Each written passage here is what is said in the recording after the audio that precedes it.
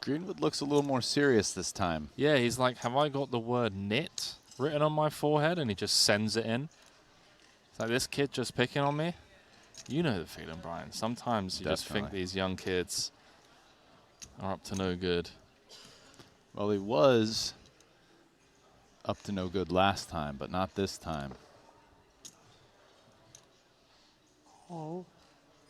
Call. Whoa. That was ropey. I thought he said all in there for a minute. I thought I heard call.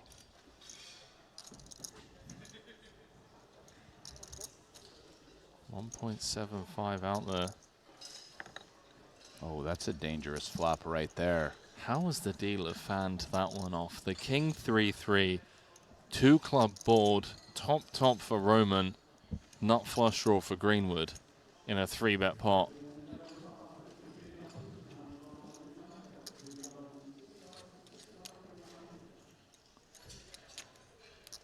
Roman's not been having much luck with ace-king today. See if that changes here. As he continues small and wide. About quarter expected. pot. Yeah, which, I mean, this flop is a flop he probably bets at quite a high frequency.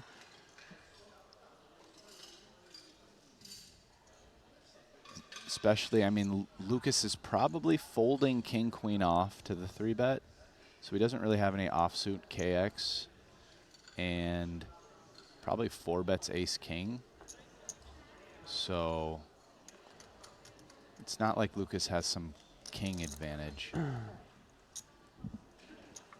With ace, king, we're blocking aces, which is a hand Lucas might play this way.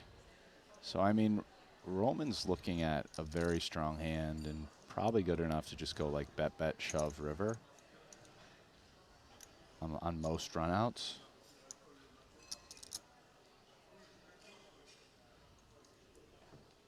The 7 is also nice and low.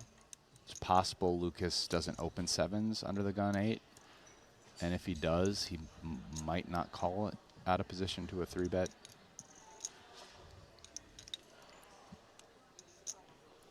So value to be extracted perhaps from 8s, 9s, 10s, maybe even jacks. How you get this number? How you get this number? I don't know, very lucky number. I mean, maybe Really? even Just queens luck too. or, you It's skip the possible he people doesn't to- 4-bet No, I queens didn't. pre. No? Once I saw it, I had to. Oh, put it I back. would not be sure. They made the announcement. But yeah, I think like 8s through jacks don't get 4-bet. What's your number?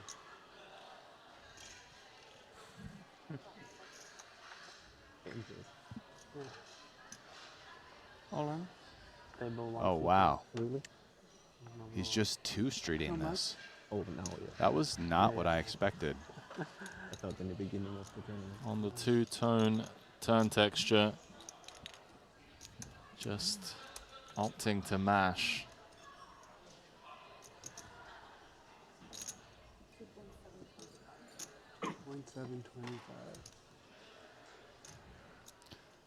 Lucas has to be thinking, okay, I mean, the hands I'm behind, I'm definitely not getting the right price, but how many hands can I be ahead of, right?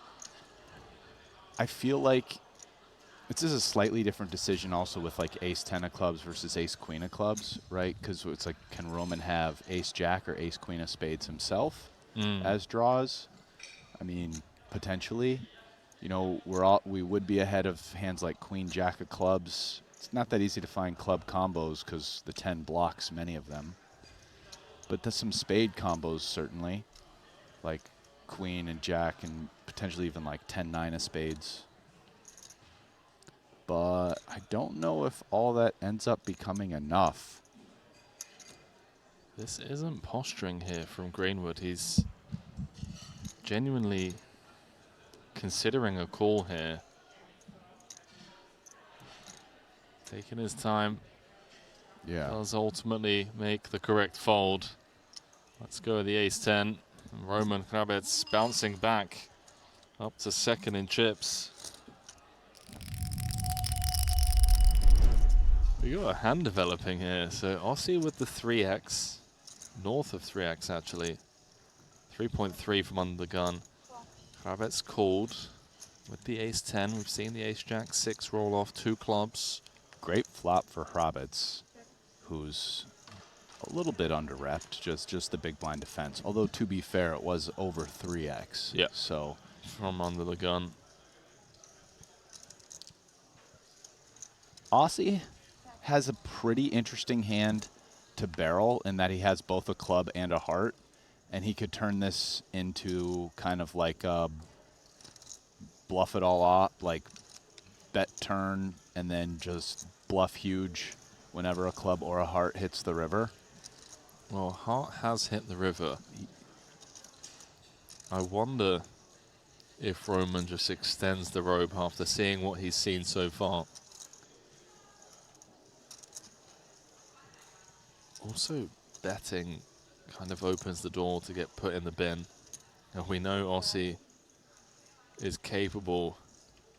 I feel like you're almost asking to do it when you bet 400, though. Like, if Roman gets raised, I mean, I'm not saying he's going to call, but he definitely might. Oh, 1.2. I don't think that's going to be enough to get Roman off ace-10. No, he's getting an insane price on a call. 4.5 to 1. Doesn't have a heart in hand.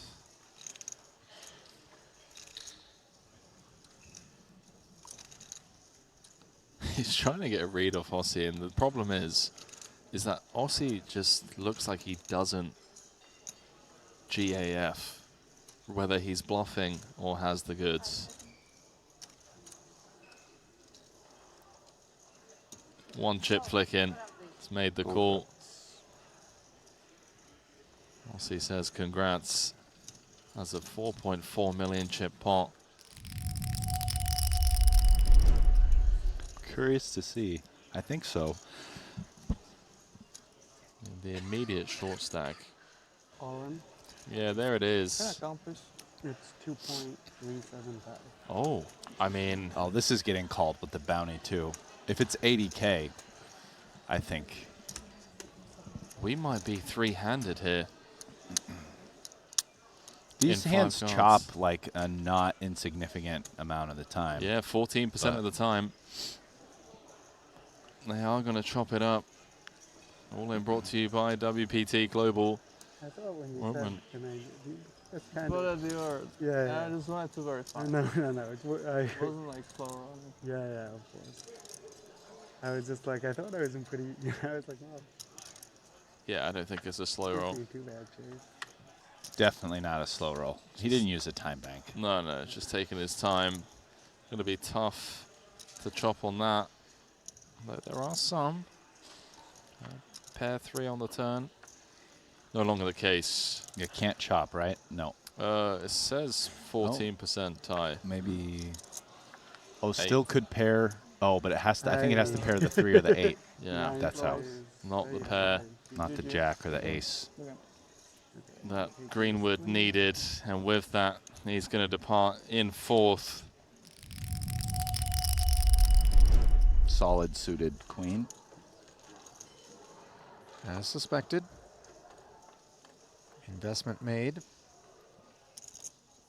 And not a bad flop for Queen 6 under normal circumstances, but as we can see, this is not normal circumstances. Morton with the overpair finds the check back, and then Hrabec finds the 6 for a boat.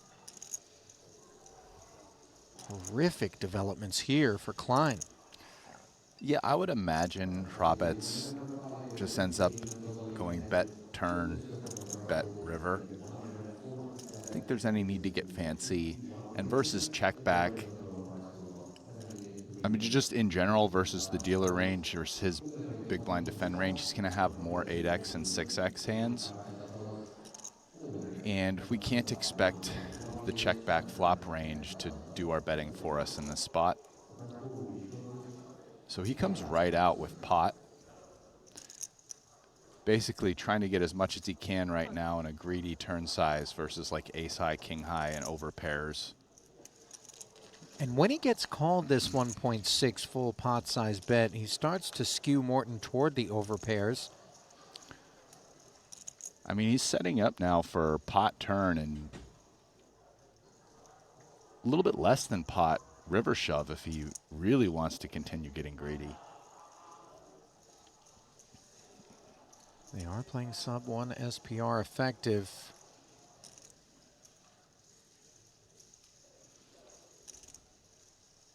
He's not so worried about an 8.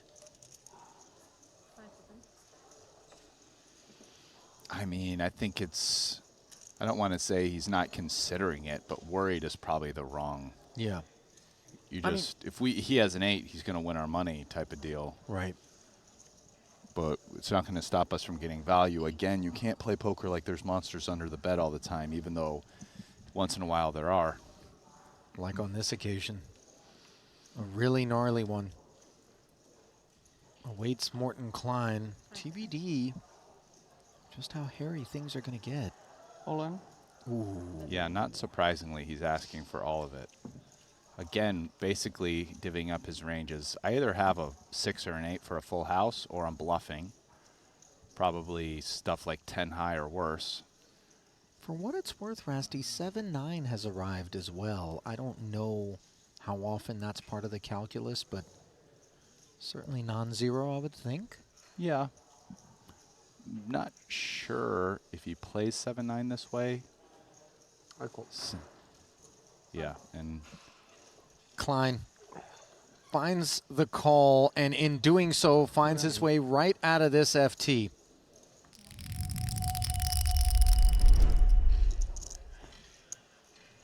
yeah, Queen 8 off just performs pretty well against our opponent's steals.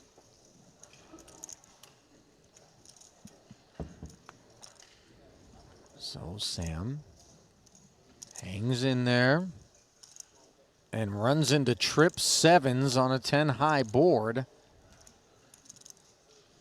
Dreamy stuff for Roman, just begging to get action. Door 7, 2, 7, 3 7s for Roman. Unfortunately for him, though, Mueller really doesn't have much going on here. Queen 8 is kind of around the flop, but, you know, you don't really have a straight draw.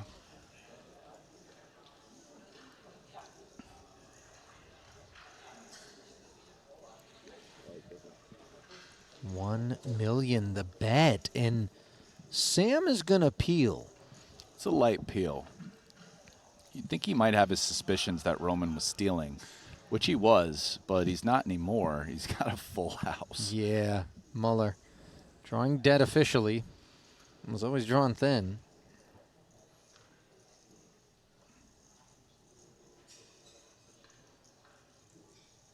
Now Roman with a real decision whether to just keep betting or check.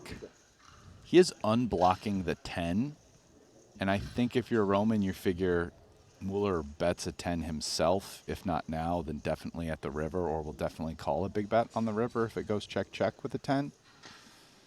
So decides just full house, not needing protection against anything. Let's slow play it. Hopefully our opponent can either bluff at this or catch up.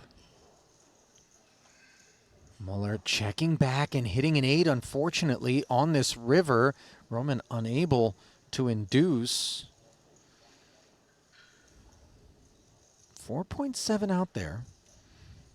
And now if our opponent has a 10 or maybe even an 8, he might call a decent bet.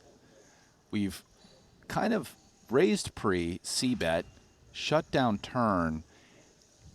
I feel like our range that we're value betting right now is going to be kind of stuff like 10 plus or air. Could bet large. But Roman doesn't take the bet line. He's going check. He's going for check raise, folks. Well, he missed the opportunity on the turn. And is going to try to make up for it here on the river. Will Mueller take the bait?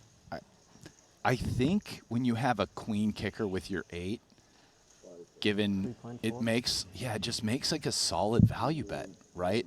Like, is our opponent really c-betting a 10 and then checking it twice? Right. You know, we're beating other 8x hands like 8-6, 8-9, 8-jack, etc. 400 behind? I don't see that. Thank you. Not what you love getting asked when you're value betting. Not at all. Second pair. How much behind? Okay. The raise is only a matter of time.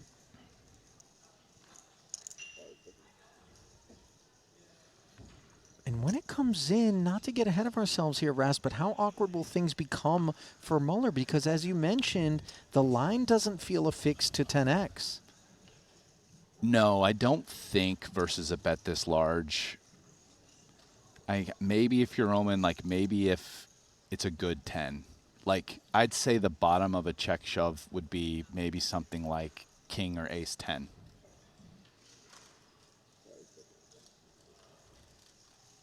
All in. And when bottom of range beats us, Yeah, Roman raised out of the big blind versus a limp. So something like king 10 would be probably the worst hand I'd expect Roman to show up with if he took this line. is there any natural bluff? Yes. I think a natural bluff would be something like ace high. Just deciding that Yeah. calling 3.4 would be no You good, had but ace- jamming over yes, here. You had an ace high. You raised pre. You got called. You stabbed on the flop, right? You shut down. You're checking to showdown. Now your opponent bets. And just given that they called the flop, I mean, like, how likely is ace high good anymore, right? So sometimes, so that would be a natural one that you could show up with that you would decide to bluff. You know, you could say the same thing about like king queen also, like king queen, ace high, hands like this. By the way, Mueller here in a precarious spot. If he clicks call, this thing is over. Yeah.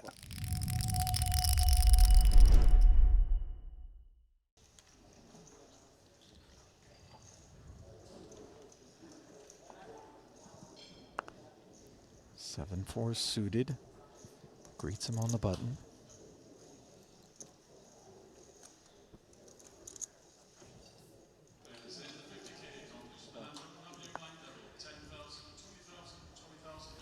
Limping in.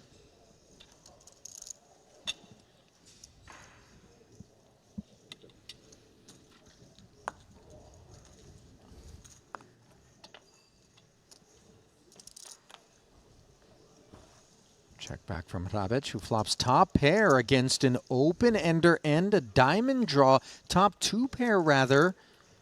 Checks it over. Rasty, this is hazardous.